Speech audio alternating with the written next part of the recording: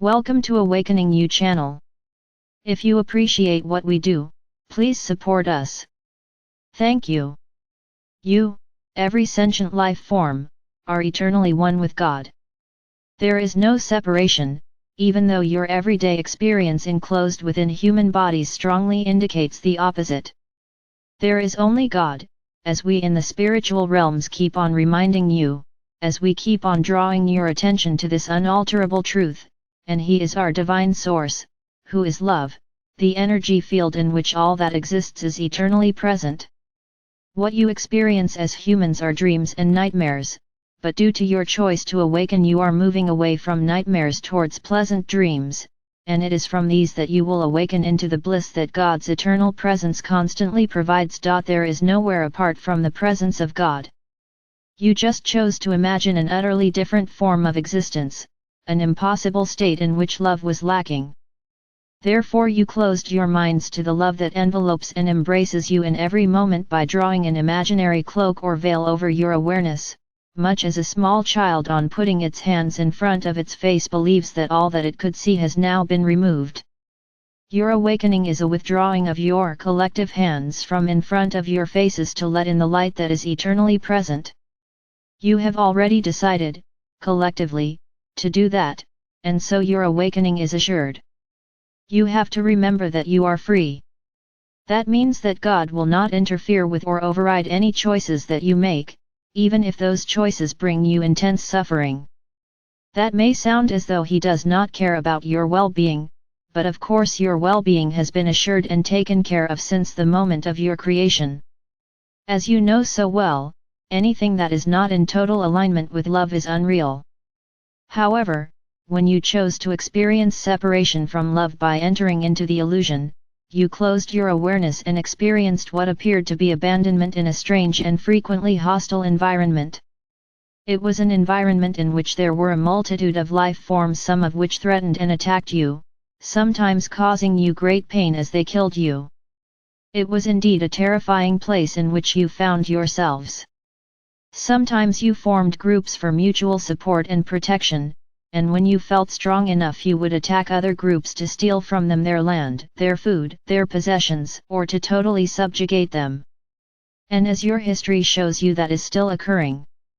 Nevertheless, you have made the collective decision to awaken, and the signs of that momentous decision can be seen all across the world as ever-increasing numbers of you realize that the old ways do not work, never have worked, and that the only way forwards is by being the love and the peace that you want to see in the world.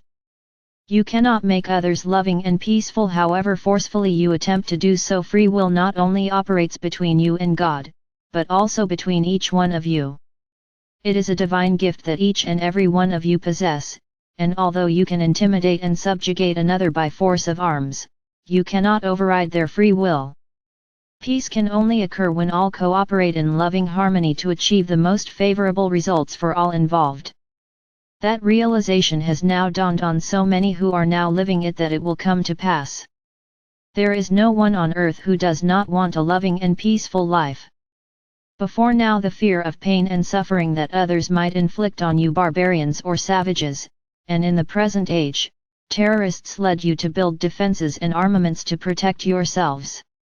But because your distrust of one another was so great, you then used your weapons for preemptive strikes to destroy or subjugate the others before they did it to you. Your increasing general awareness that this can never work is leading you forwards towards a moment when you all, one by one as individuals, will formally resolve never again to take up arms against anyone for any reason. At present that idea still seems insane to many because history has also shown you that when groups did that they were inevitably overrun by those who would steal their territory and subjugate them.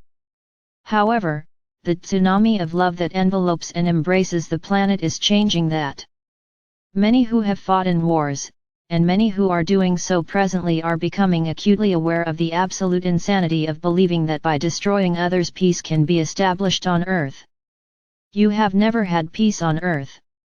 But now it is to come about. Those who live in fear, and there are many of them, will be most vociferously opposed to any laying down of arms, but the vast majority on the planet truly want just that to happen. Consequently, most of the fearful ones will be overwhelmed by the love that is invading their personal energy fields from so many directions, and they will release their emotional hold on fear.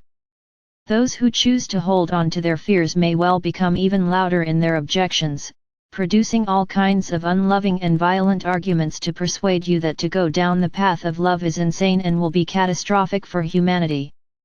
I can assure you that this will not be the case. You are, each and every one of you, inseparable aspects of the divine energy field of love in which all exists. Love is your nature, and it will be seen and experienced, personally. Those who, despite all the love invading their individual energy fields, continue their resistance will find themselves in an environment that suits their beliefs and fears until they too are ready to accept the love that is offered to them ceaselessly in every moment of their lives. No one has been abandoned, and no one will remain forever asleep. Humanity is to awaken. It is God's will, and the will of humanity that you do so, and as you can see, if you pay attention and choose to see, the effects of the tsunami of love are evident all across the world, dissolving barriers and enmities everywhere. So, keep holding your light on high and bring it on. Your loving brother, Jesus.